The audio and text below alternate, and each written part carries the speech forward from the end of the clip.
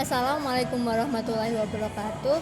Saya Fidatul Faiza dari 3 kelas PAID dengan NIM 22411040214. Di sini saya akan menjawab soal UAS mata kuliah sumber belajar berbasis multimedia.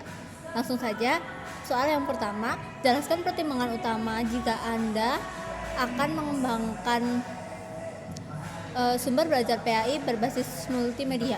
Pertimbangan utama jika saya akan mengembangkan sumber belajar PAI berbasis multimedia ialah saya harus mengetahui apakah media itu bisa digunakan untuk pembelajaran atau tidak.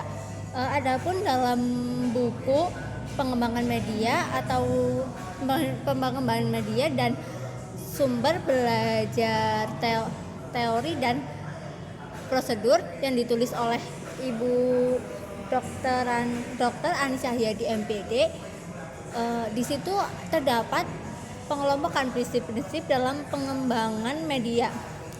Dapat digolongkan menjadi 2 bagian. Yang pertama ada prinsip-prinsip pemilihan media melihat dari segi teori belajar.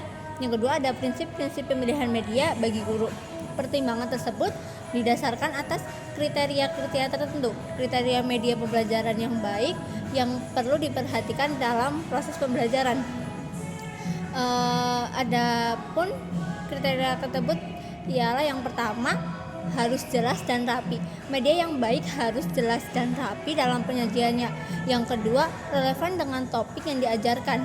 Media harus sesuai dengan topik yang diajarkan yang telah ditetapkan, yang secara umum itu mengacu kepada salah satu atau gabungan dari 3 ranah kognitif, efektif, dan psikomotorik.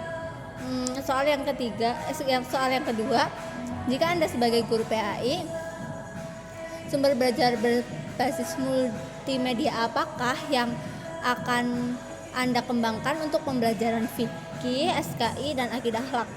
Sebagai guru PAI, saya akan mengembangkan sumber belajar berbasis multimedia berupa video animasi interaktif untuk pembelajaran fikih, SKI, dan akidah akhlak. Untuk pembelajaran fikih, di sini saya mengambil satu tema yaitu tata cara ibadah sholat. Untuk pembelajaran fikih ini, saya akan mengembangkan video animasi interaktif yang menjelaskan tata cara ibadah sholat.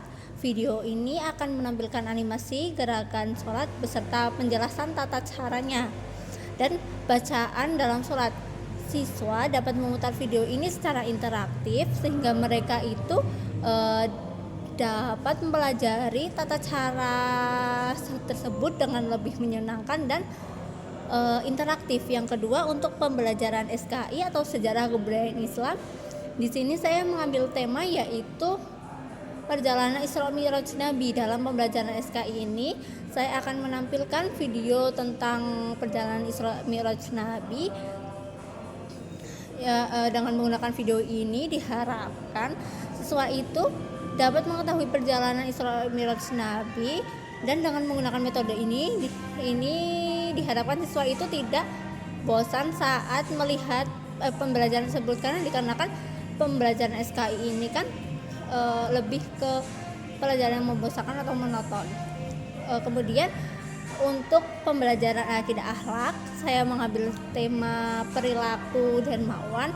Di sini saya akan menampilkan video juga yang menampilkan kisah perilaku dermawan ataupun sifat-sifat dermawan, dan saya juga akan menampilkan sifat-sifat yang buruk, berperilaku buruk, untuk menjadikan contoh bahwa perilaku tersebut tidak boleh dilakukan.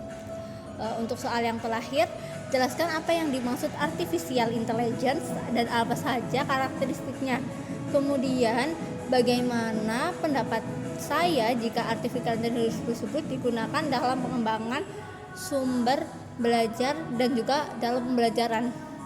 Dalam artikel yang ditulis oleh Muhammad Yasin, artificial intelligence atau kecerdasan buatan merupakan proses atau memodelkan cara berpikir manusia dan mendesain atau mesin agar dapat berperilaku layaknya seperti manusia.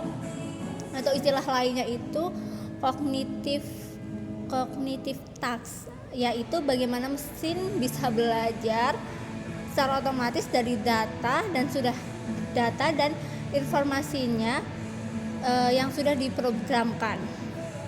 Kecerdasan buatan ini tuh intinya itu adalah salah satu bagian dari ilmu komputer yang membuat agar mesin komputer dapat melakukan pekerjaan layaknya seperti manusia. Adapun karakteristik dari artificial intelligence ini, yang pertama itu ada rekayasa fitur, yang kedua itu jaringan saraf tiruan, dan yang ketiga itu ada pembelajaran mendalam ya. Pendapat saya mengenai penggunaan artificial intelligence ini sebagai sumber belajar ataupun dalam pembelajaran ini dibolehkan saja ya, dikarenakan zaman yang mulai maju, kemudian teknologi pun yang mulai ikut maju. Banyak sekarang pembelajaran yang menggunakan artificial intelligence ini. Artificial intelligence ini juga dapat membantu guru untuk dalam pembelajaran itu bisa seperti membantu dalam media pembelajarannya ya, seperti tadi menggunakan video interaktif yang bisa dibuat menggunakan artificial intelligence, terus bisa membuat PPT, menggunakan fitur-fitur yang lebih canggih lagi. Terus artificial intelligence ini juga dapat digunakan untuk guru untuk mencari referensi pembelajaran. Menurut saya semua itu kan memiliki kelebihan dan kekurangan.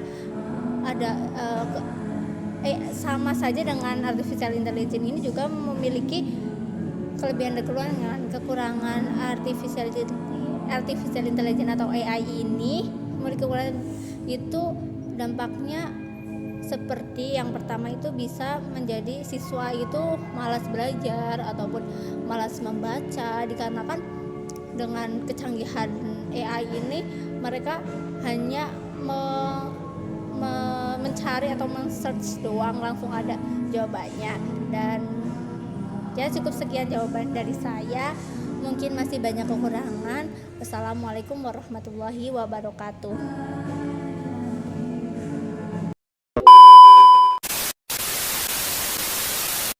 04021164 dari kelas 3 PHID.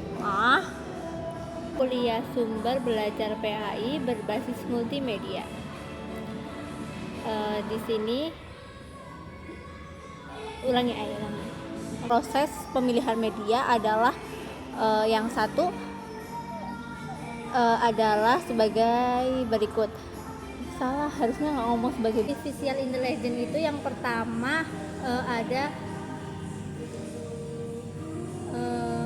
bisa buat